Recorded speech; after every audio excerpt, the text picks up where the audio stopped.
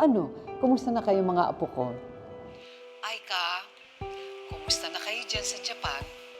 Konnichiwa! Okay naman po kami, Lola B. At ikaw, Chris, pinapractice mo ba yung Pilipino mo dyan sa Guam? Kukunti lang po. Etong si Axel. Pinipilit akong tanungin kung kailan ako magkukwento uli. I-check your blog, Lola. Wala pa po kayong bago story na pinopost. Paano isusulat ko pa lang mamaya? Kaya naman kayo ang unang-unang makakarinig ng kwento ko. O, simulan na natin. Opo. Nung unang panahon, Excuse me, Lola. Why do these stories always start with noong unang panahon? Nako, Chris, ha? Umpisa pa lang napakarami mo ng questions. anyway, nung unang panahon, ang ginagamit nating simula kasi bumabalik tayo sa mundo nung bata pa ito. Kiryu no Jidai? Ha? Ano sabi mo, Aika? Ay, sorry, Lola B. Na-excite lang ako. Ang sabi ko po, ang ibig sabihin po ba ng noong unang panahon ay Year of the Dinosaurs?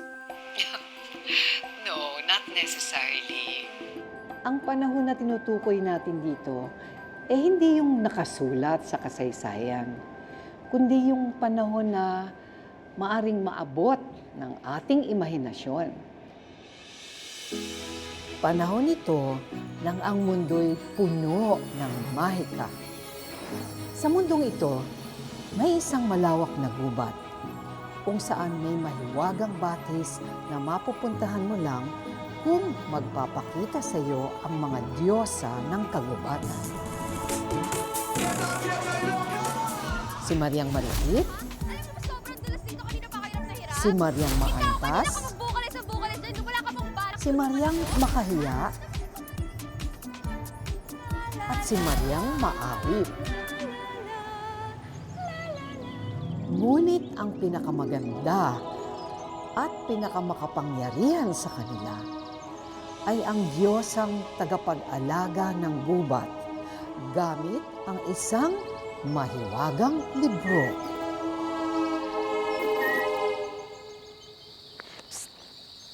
Libro ng kahilingan.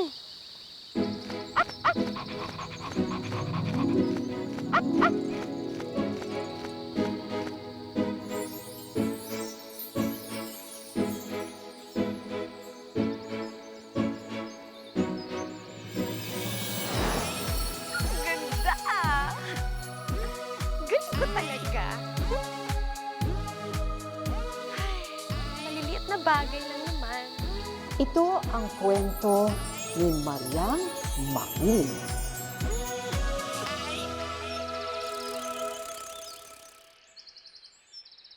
Makiling! Makiling! Maya, anong nangyari? May dalawang lalaki pa parating! Ha? Bakit sila nandito? Anong chismis mo? Ewan ko! Pero ang dinig ko naghahanap ng yaman.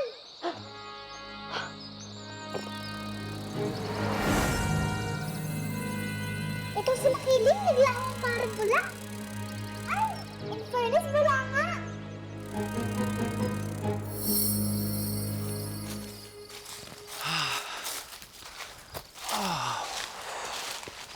Hoy, hindi tayo pwedeng huminto. Ano ka ba? Kanina pa tayo paikot-ikot, pagod na ako. Pero wala na tayong oras. Si Lola kailangan ng gumaling. Ikaw, ayaw mo bang mabayaran lahat ng utang mo? Siyempre, gusto. Sino ba naman ayaw mawala ng problema? Pero, kanina pa tayo paikot-ikot. Pagod na ako. Ang sakit na ng pa ako. Tapos gutom pa ako. Gabi na. Sa tingin mo, makikita pa natin yung mahiwagang batis na yan? Alam mo, ang dami mong reklamo. Isipin mo na lang ang magagawa mo pag nakuha natin yung kayamanan.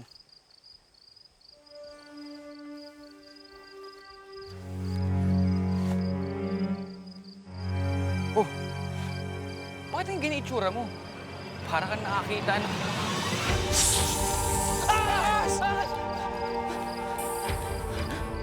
Huwag kang tatakbo! Huwag kang tatakbo! Hindi mo ba susundan ang kasama mo? Wala ka bang dila? Sumagot ka! Meron. Meron po. Bakit ka nandito sa kagubatan ko? Hinahanap ko lang po yung diwatang si Mariang Makiling. Sabi po kasi nila, matutulungan daw niya po kami. Sino? Walang Mariang Makiling dito. Umalis ka na bago pa kita kainin. Teka lang po. Hindi ako nandito para manggulo.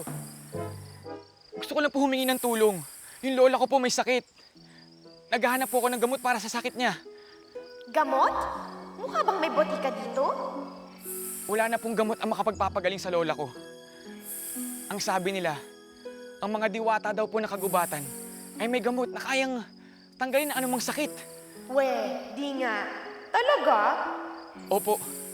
Kaya gusto ko pong makausap si Mariang Makiling. Baka sakaling hayaan niya ako makapunta sa Mahiwagang Batis. Papayagan kitang makita ang batis pero sa isang kondisyon. Kahit ano, para sa lola ko. Kailangan mong sagutin ang bugtong ko. Kapag tama ang sagot mo, dadalhin kita sa batis.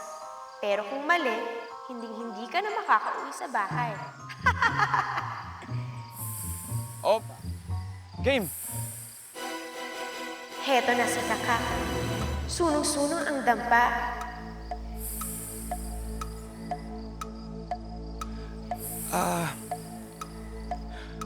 Tao ba yan? Hindi. Lugar? Hindi. Bagay? Ginagamit ba yan sa opisina? Ginagamit sa bahay? Hindi. Pagkain? Gulay? Prutas? Hindi ito Pinoy henyo. Sasagutin mo ba o hindi dahil gusto na kitang kainin? Teka lang po, sandali lang. Hindi tao, hindi lugar, hindi bagay, hindi pagkain. Hayop! Hayop, no? Si Kaka, sunong-sunong. Napag-aralan ko ito ng elementary.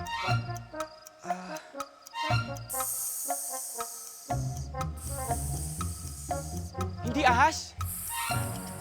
Pagong! Pagong, tama! Pagong! Sigurado ka na ba sa sagot mo? Sigurado! Pwede ka bang magpalit? That's my final answer. Dapat kasi hinirapan ko. Ano po yun? Ay! Wala!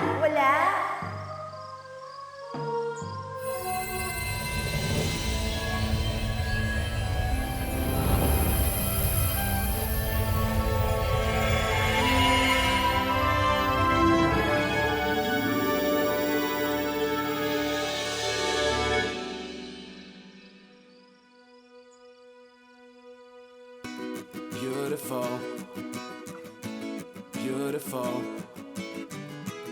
beautiful. You're beautiful. Never seen a girl so beautiful. Baby, you keep me coming back for more. I never seen a girl so beautiful. Yeah, you're beautiful. You're beautiful.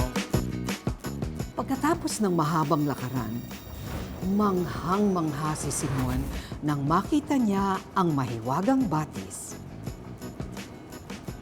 Hindi makapaniwala si Simon sa kanyang nakikitang mga kagamitan na yari sa ginto at diamante. Hindi ito basta-basta makikita ng ordinaryong tao.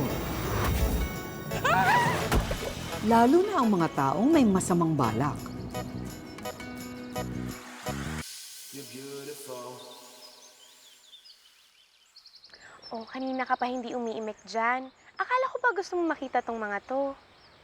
Maraming salamat, Diwata. Ano bang pwede kong itawag sa isang Diyosang katulad mo? Ikaw naman, ano ka ba? Tawagin mo na lang akong Maria Makiling. Ikaw si Mariang Makiling? Hindi, ako si Sailor Moon. Kakasabi ko lang, 'di ba? Oo, ako si Maria Makiling. Mariang Makiling. Ako nga pala si Simon. May sakit kasi yung lola ko eh. Gusto ko lang sana humiling sa'yo. Kung pwede pagalingin mo yung lola ko. Mahal na mahal ko yung lola ko eh. Parang awa mo na.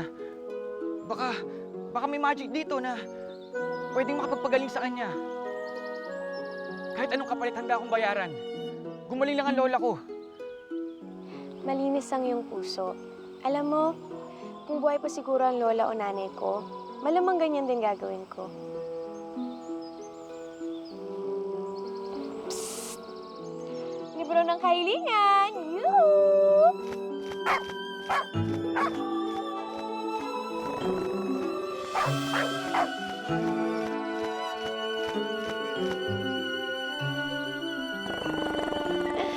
Come on, be good. Huwag ka matakot. Ang librong yan, hindi nagpapahawak basta-basta kung sino man. Kapag ang pusong humawak dito ay mabuti at dakila, matutupad ang kahilingan niya. Pero, kapag ang pusong humawak dito ay may masamang balak, maraming pwedeng masamang mangyari, hindi lang sa kanya, pati na rin sa kaharian namin.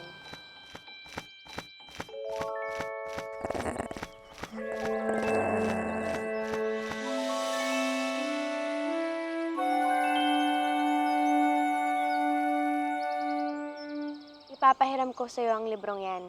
Ang kailangan mo lang gawin ay isulat ang iyong kahilingan sa isang blankong pahina.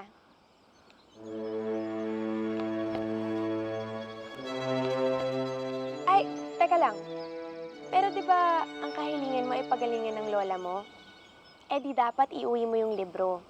Tapos, isulat mo yung kahilingan mo sa tabi niya. Galing pala nito eh. Parang wifi. Wait. Nahihibang ka na ba makiling? Paganahin mo naman yung isip mo. Ipapahiram mo yung libro sa dayuhang to? Bakit? Sino ka ba? Maantas, nakapasa siya sa pagsubok. Nagkakatiwalaan siya ng libro, saka nakalimutan mo na ba ang bilin ng Inang Rina? Nangako tayo sa kanya na tutulungan natin ang mga nangangailangan. Pero makiling, ano nangyari sa Inang Reyna? Naubos ang lakas niya dahil sa mga taong inaabos ang kanyang kapangyarihan. Oh no. No. Oo nga, makiling.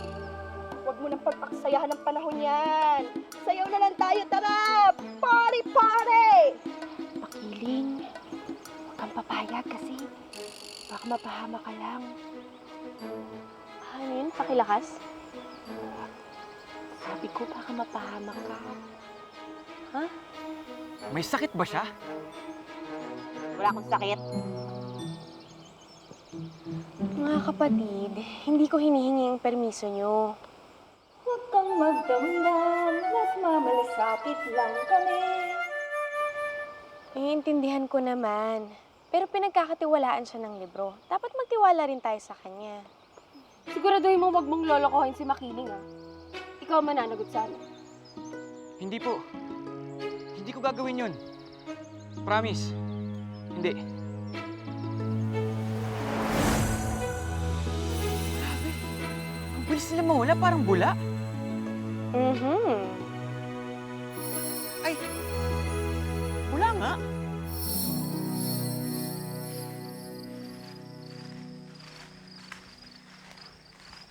Mariang Makiling, maraming salamat talaga. Hayaan mo, promise, ibabalik ko to agad sa'yo. Walang anuman. Sige, umuwi ka na. Ligtas mo na ang lola mo. Salamat. Teka lang, Mariang Makiling, may boyfriend ka na ba? Ha? Boyfriend? Nobyo? Asawa?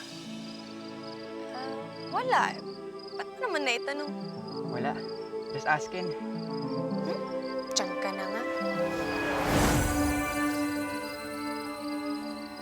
Sabi ko na nga ba, magiging bula rin siya. Simon! Oh, Tomas, akala ko nakabalik ka na sa bayan. Parang ang bigat ang dinadala mo ah. Hindi, magaang lang to. Kanina parang wala naman laman yan eh. Halika na, bumalik tayo sa bayan. Tara. Alam mo, Simon! Ano yan? Ano ba? Tomas! Tomas, ibalik mo sa akin na! Ano ba?